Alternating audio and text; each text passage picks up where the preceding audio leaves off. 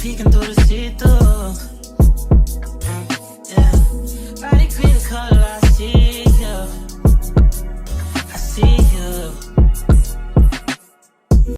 Hey y'all, I'm back with another video and I'm gonna be showing y'all how I got these ruffles. This is a different method from what I've seen other people do, and I just wanted to share this with y'all because I find it to be a little easier.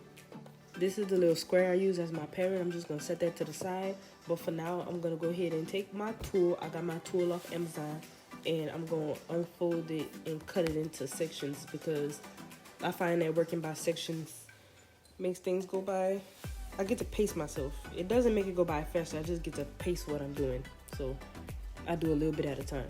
So right now, I'm just gonna go ahead and cut that up.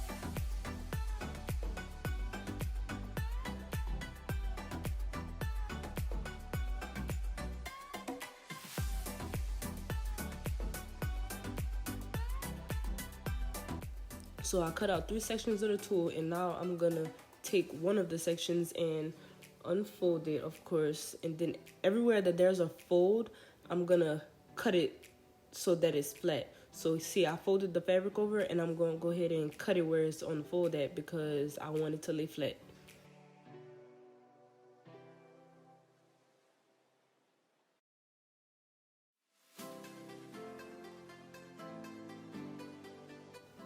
I kept folding it until I felt like it was small enough and it was enough layers, because you want it to be small so that you don't have to keep on placing your pattern on a whole line of fabric, and you could just make it short and simple.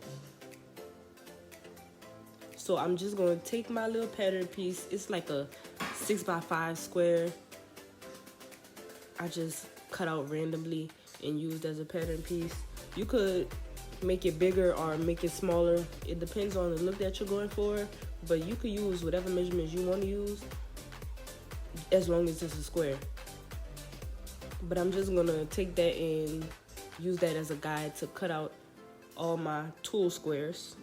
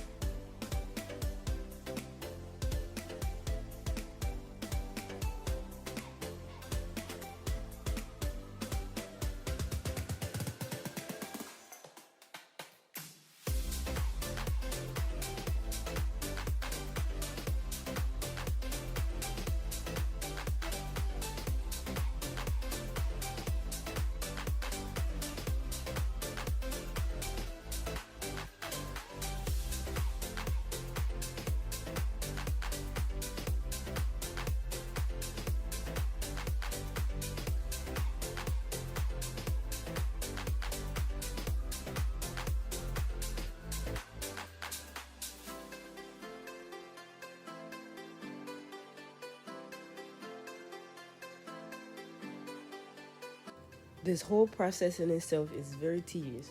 For this part, you're going to take your squares and you're going to separate all of them into 3. So I have a whole stack right here. I'm just going to count 3 and put it to the side because all I need is 3. If you want to add less, like, you can add less, but the volume won't be the same unless you stack it a lot. So 3, I feel like, is the perfect amount to stack it on.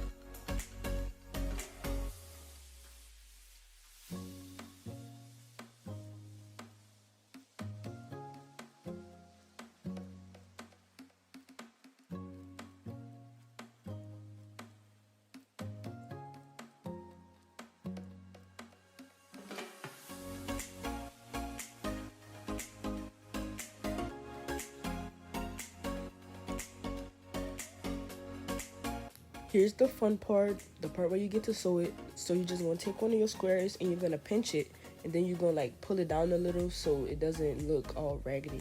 And then you're going to throw it under your machine and sew it. Now when you're starting this, you want to sew the first one with a back stitch, but I had done that already and I guess I forgot to start recording. So I already have a little line of tulle going on. So you just pinch it, pull it down, put it under your machine, sew it, and repeat until all of your squares are gone or until you reach the desired length that you want.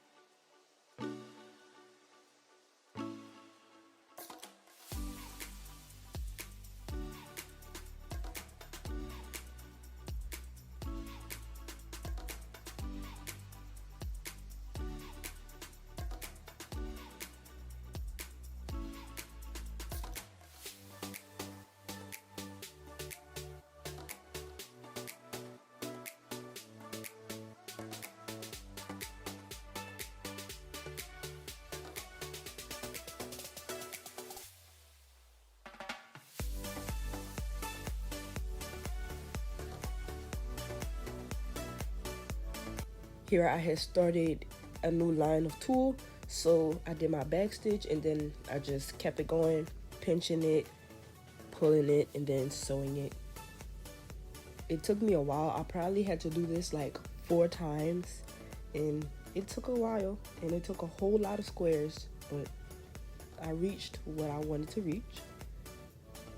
I am happy with how it came out, but I do hope to learn like how to actually use tulle, because I feel like this is a way around gathering. I don't know how to gather, which is why I'm making this video for anybody else that doesn't know how to gather also.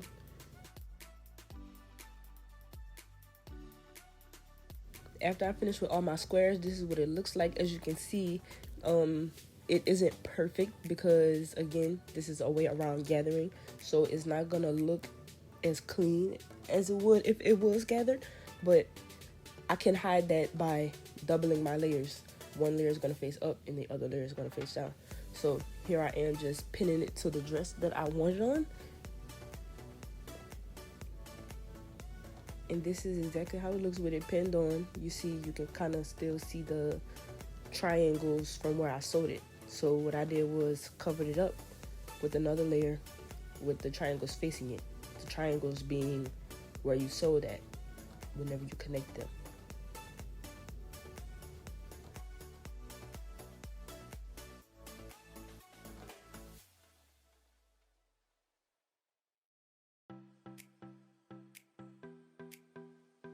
I put that in my machine, and when I took it off, it had looked perfect. All I had to do was fan it out a little bit, so I guess it could give like a messier look and it doesn't look all close together. I tried to fan it out a little, but that's how it looks. I love the way it looks. I actually love the way this looks. Here is what I meant when I said fanning it out. It's just me pulling apart the 3 layers so it doesn't look all clumped together, so it gives kind of a messier look, as if I actually gathered it, I guess. But this is the final result. This is it on the mannequin. I actually made this dress for a baby shower, and in a little while you'll get to see it on my client. I love the way this looks, from the fabric to the tulle, and the glitter inside just topped it off.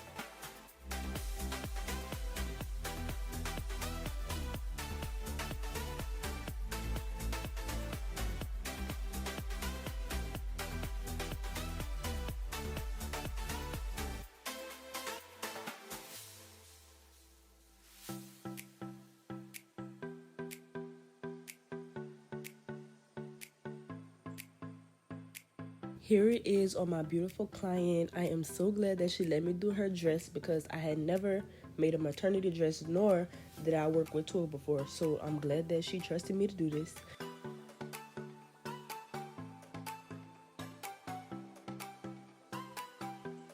And thank you guys for watching, and I hope to see you back in the next video.